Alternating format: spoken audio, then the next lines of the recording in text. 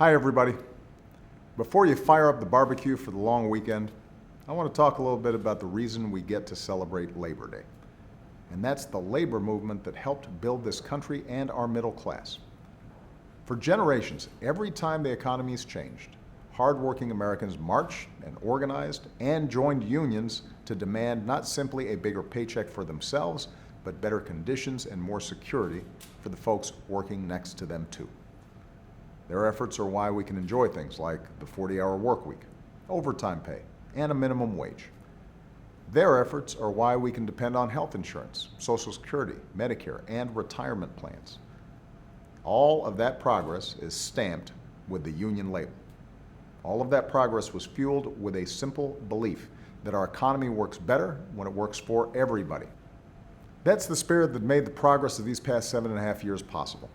We've rescued our economy from another depression, cut our unemployment rate in half, and unleashed the longest string of total job growth on record. And we focused on making sure that the gains of a growing economy don't just flow to a few at the top, but to everybody. That's why we took action to help millions of workers finally collect the overtime pay they've earned. It's why I issued a call to raise the minimum wage. And when Congress ignored that call, 18 states and the District of Columbia, plus another 51 cities and counties, went ahead and gave their workers a raise. It's why the very first bill I signed was the Lilly Ledbetter Fair Pay Act, why we gave paid sick days to federal contractors, why we've fought for worker safety and the right to organize. And we've made good progress.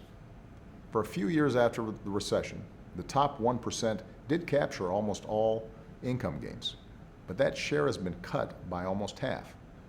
Last year, income for everybody else grew at the fastest pace since the 1990s. And another 20 million Americans know the financial security of health insurance. I'm the first to say we've got more work to do in the years ahead. I know we're in the heat of a more raucous political season than usual, but we can't get so distracted by the latest bluster that we lose sight of the policies that will actually help working families get ahead. The truth is, that's what's caused some of the frustration that's roiling our politics right now. Too many working folks still feel left behind by an economy that's constantly changing. So as a country, we've got to make some choices. Do we want to be a country where the typical woman working full-time earns 79 cents for every dollar a man makes, or one where they earn equal pay for equal work? Do we want a future where inequality rises as union membership keeps falling, or one where wages are rising for everybody and workers have a say in their prospects?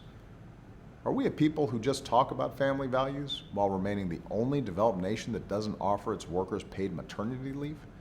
Or are we a people who actually value families and make paid leave an economic priority for working parents?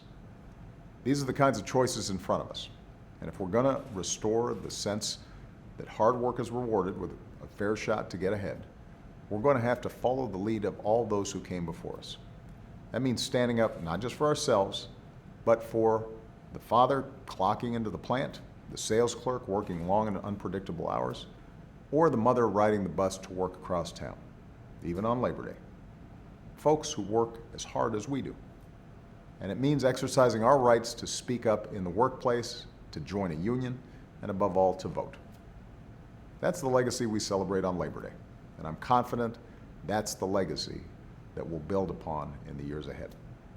So thanks, everybody. Happy Labor Day, and enjoy the long weekend.